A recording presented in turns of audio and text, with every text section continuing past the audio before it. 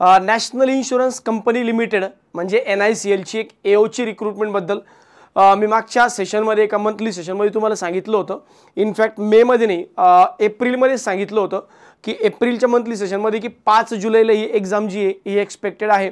पण आता नवीन अपडेटनुसार जेवढं अनुभव मला वाटतो माझा आहे किंवा जेवढं मला वाटतं की ती एक्झाम जी आहे ही थोडीशी पोस्टपोन होऊ शकते, थोडीशी म्हणजे स्लाइटली त्याच महिन्यामध्ये होऊ शकते. टेक आणि फूड कॉर्पोरेशन ऑफ इंडियाची FCI ची AG3 ची एक नोटिफिकेशन जी मागे जानेवारीमध्ये येणं अपेक्षित होतं. पण आता त्याबद्दल एक नवीन अपडेट जी आहे ती या दोन्ही अपडेट या व्हिडिओच्या माध्यमातून देतो. त्यामुळे व्हिडिओ शेवटपर्यंत बघा आणि ज्या डेट्स किंवा जी माहिती देतोय ती कुठली अंदाजाने न देता थोडंसं अनुभवाच्या बेसिसवरच देतोय. त्यामुळे विश्वास ठेवा. स्टील याच्यामध्ये काही चेंजेस जे आहेत हे अपेक्षित असतात, असं नाही की डेफिनेटली जे सांगतोय तेच होईल, पण बऱ्यापैकी त्या गोष्टी होतात. याचा तुम्हालाही पाठीमागचा अनुभव तुमच्या पाठीशी आहेच.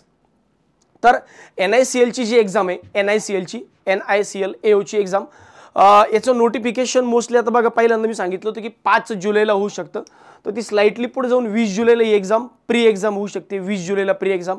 त्यामुळे नोटिफिकेशन कधी एक्सपेक्ट करू शकतो तर या महिन्याच्या शेवटी किंवा ऑलमोस्ट मला असं वाटतं जूनमध्येच हे नोटिफिकेशन येईल आणि जुलैच्या 20 जुलैला ही एक्झाम जी आहे ही प्री होईल आणि 31 ऑगस्ट 2025 ला 31 ऑगस्ट 2025 ला ही मेन्सची एक्झाम जी आहे ही होणं अपेक्षित आहे. तर हा वाला जो अपडेट होता तो आता NICL बद्दल जो मी दिला तुम्हाला एप्रिल महिन्यामध्ये की NICL ची एक रिक्रुटमेंट येणं अपेक्षित आहे. सोबत काही लोकांचं म्हणणं आहे की सर LICWO बद्दल काय अपडेट आहे. बघा LICWO बद्दल सध्या कुठलीही अपडेट नाही. LIC ची ॲडव्हर्टाइजमेंट येईल इमिडिएटली असं सध्या तरी काही माहीतच नाही.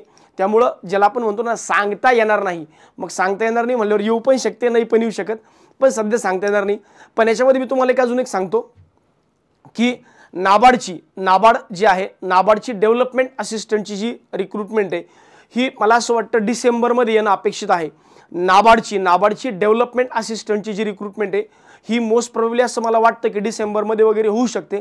कारण सध्या नाबार्डची DA ची जी रिक्रुटमेंट आहे व्हॅकन्सीज ज्या आहेत या नाबार्डमध्ये आहेत बऱ्यापैकी आणि जे बोर्ड ऑफ मेंबर्स जे आहेत ते पण थोडेसे पॉझिटिव्ह मे बी आहेत म्हणजे की ही एक्झाम जी आहे ही आपण सध्या घेणार नाही, पण डेफिनेटली डिसेंबरमध्ये वगैरे एक्झाम घेऊयात. सध्या तो स्टाफ कमी असल्यामुळं ती एक्झाम जी आहे ही मे बी होऊ शकते.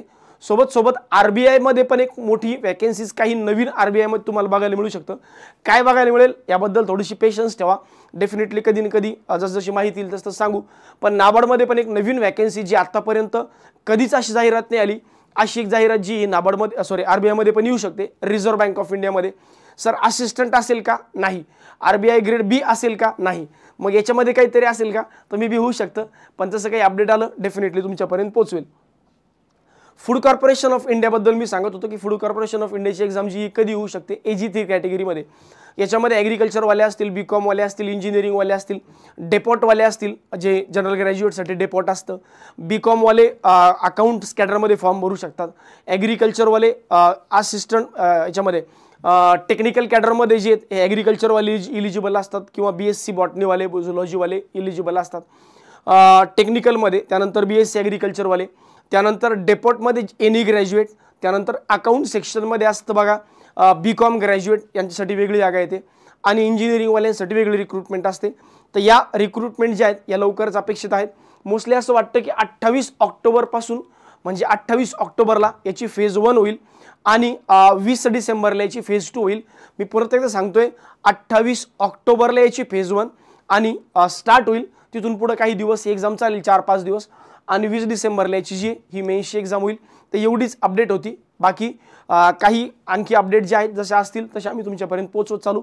त्यासाठी व्हिडिओला लाईक करा आणि शेअर सबस्क्राईब करायला विसरू नका. धन्यवाद.